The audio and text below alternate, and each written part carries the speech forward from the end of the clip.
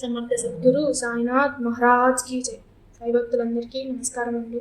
మీరందరూ ఎలా ఉన్నారు, ఏం చేస్తున్నారు? సాయిబాబా గారి ఆశీస్సులు ఎప్పుడు మీపై ఉండాలని కోరుకుంటూ ఈ వీడియోను ప్రేమతో ప్రారంభిస్తున్నానండి. ఈరోజు సాయిబాబా గారు మనకిచ్చే సందేశం ఏంటంటే, ఈ సమయంలో నీ జీవితం ఒక కీలక దశలో ఉంది. నీ మనసులో చాలా ఆందోళన, భయం, అనిశ్చితి ఉన్నాయి.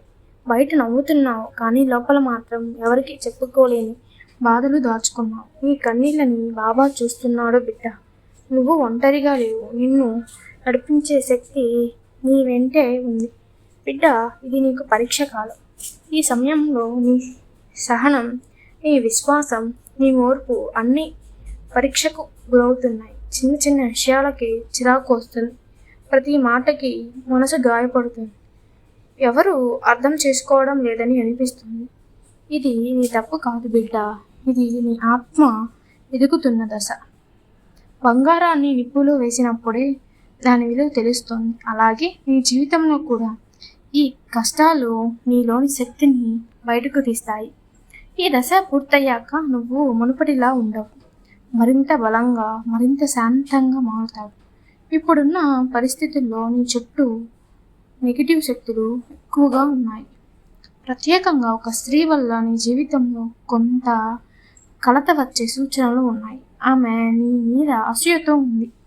నీ ఎదుగుదల ఆమెకు నచ్చడం లేదు. నువ్వు చేయాలని తప్పులకు నీ మీద నిందలు వేయాలని చూస్తుంది. ఇది ఉద్యోగంలో కావచ్చు, వ్యాపారంలో కావచ్చు, స్నేహంలో కావచ్చు, బంధాల్లో కావచ్చు. అందుకే బాబా చెప్తున్నాడు బిడ్డ, ఈ కొన్ని రోజులు మౌనంగా ఉండు. నీ మాటలు తగ్గించు. నీ ఆలోచనలు ఎవ్వరికీ చెప్పకు. నీ మౌనమే నీకు రక్షణ కవచం. నీ నిశ్శబ్దమే నీకు రక్ష. నీ సహనం ఇప్పుడు కొంచెం తగ్గిపోయింది బిడ్డ. అందుకే కోపం ఎక్కువైంది. కోపంలో ఉన్న ఒక్క మాట తర్వాత నీ జీవితాన్ని మార్చేస్తుంది.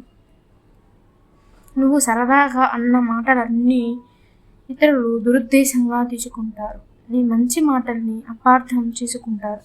అందుకే ఈ కొన్ని రోజులు తక్కువగా మాట్లాడు, ఎక్కువగా విను. స్పందించే ముందు ఆలోచించు. నిశ్శబ్దంగా ఉండటం ఓ బలహీనత కాదు, అది నీ గొప్ప శక్తి అని గుర్తుపెట్టుకో. డబ్బు విషయంలో కూడా కొంచెం ఒత్తిడి పెరుగుతుంది. ఖర్చులు ఎక్కువగా అనిపిస్తాయి, ఆదాయం తక్కువగా అనిపిస్తుంది. ఉద్యోగంలో ఉంటే నీ మీద అనవసర ఆరోపణలు రావచ్చు. వ్యాపారం చేస్తే లాభం తగ్గినట్టు అనిపిస్తుంది. ఇది శాశ్వతం కాదు బిడ్డ. ఇది ఒక తాత్కాలిక దశ మాత్రమే. ఈ దశ నీకు నేర్పేది ఓర్పు, సహనం, దైవ విశ్వాసం. ఇవి నేర్చుకున్నాక నీ జీవితం స్థిరంగా మారుతుంది.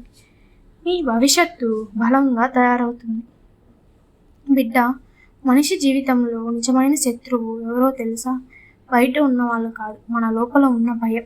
భయం అంటే మన నిర్ణయాలు తప్పుతాయి. భయం ఉంటే మన మాటలు గాయపరుస్తాయి. భయం ఉంటే మన మనసు బలహీనమవుతుంది. కానీ విశ్వాసం ఉంటే భయం పోతుంది. అందుకే బాబా చెప్తున్నారు, భయపడకు బిడ్డ.